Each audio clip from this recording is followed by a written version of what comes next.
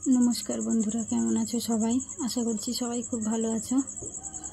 देखो आमी आबार माछेर झालेर भिडियो निये चले एसेछि आमार चैनेले। एटा प्रथम माछेर झालेर भिडियो, आगे सेभावे माछेर झालेर भिडियो देওয়া হয়নি। तो आपनारा बाड़ीते किभाবে बानान अवश्यई कमेंट करे जानाबेन।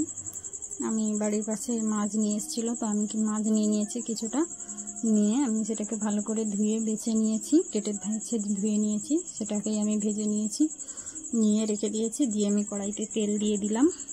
দিয়ে আমি আজকে শুকনো শুকনো মাছের ঝাল বানাবো, তাই প্রথমে কড়াইতে তেল দিয়ে দিয়েছি, দিয়ে টমেটো দিয়ে দিয়েছি, দিয়ে ওর উপর আমি দিয়ে দেবো নুন। নুন দিয়ে আমি ভালো করে নাড়াচাড়া করে নিয়ে টমেটোটাকে ভালো করে ভেজে নিচ্ছি। আমি বেশি করে টমেটো দিয়েছি মাছের ঝালের জন্য। পেঁয়াজ খানিকটা বেটে রেখেছিলাম, আমি একটা বড় পেঁয়াজ গোটা বেশ বড় সাইজের একটা পেঁয়াজ ভালো করে কেটে বেছে ধুয়ে বেটে রেখেছিলাম, ওটা আমি দিয়ে দিয়েছি। আর আমি আজকে অনেকগুলো কাঁচা লঙ্কা ব্যবহার করছি, যেহেতু আমি একটু ঝাল ঝাল করে বানাবো। আর কালারের জন্য আমি দিয়ে দেবো সামান্য একটু লঙ্কা গুঁড়ো, খুব বেশি দেবো না। কাঁচা লঙ্কাগুলো খুবই ঝাল, অনেকটা পরিমাণে দিয়ে দিয়েছি। আমি একটু ঝাল ঝাল বানাবো বলে মাছের ঝালটা শুকনো শুকনোই বানাবো। দেখতে থাকো, আশা করছি ভিডিওটা পুরো ভালো লাগবে, কেউ স্কিপ করবে না।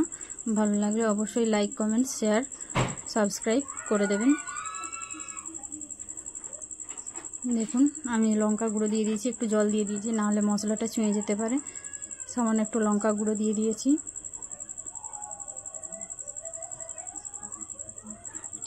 কত সুন্দর হচ্ছে দেখুন বন্ধুরা।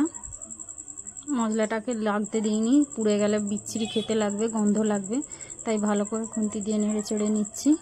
নিয়ে আমি ওই মশলার মধ্যেই মাছগুলোকে দিয়ে দিচ্ছি। আমি কয়েকটা মাছ দিচ্ছি, সবকটা মাছ দিচ্ছি না, যতগুলো আমার লাগবে আমি ততগুলো দিচ্ছি। সবকটা মাছ দিয়ে সুন্দর করে এপিট ওপিট করে মশলা মাখিয়ে নিচ্ছি।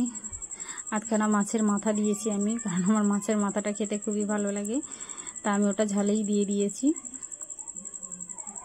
দিয়ে আমি ভালো করে মশলাটা দিয়ে মাছটাকে কষিয়ে নিচ্ছি সুন্দর করে। এভাবে ভালো করে কষানো হয়ে গেলে আমি দিয়ে দেবো ওর মধ্যে জল, দিয়ে ভালো করে ফুটিয়ে নেব।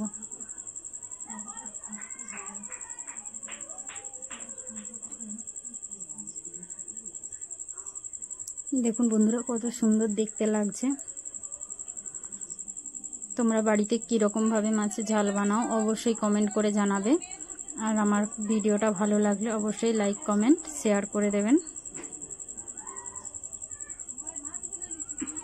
যারা যারা আমার ভিডিও দেখো, ভিডিওগুলো কেমন লাগে অবশ্যই কমেন্ট করে জানাবে।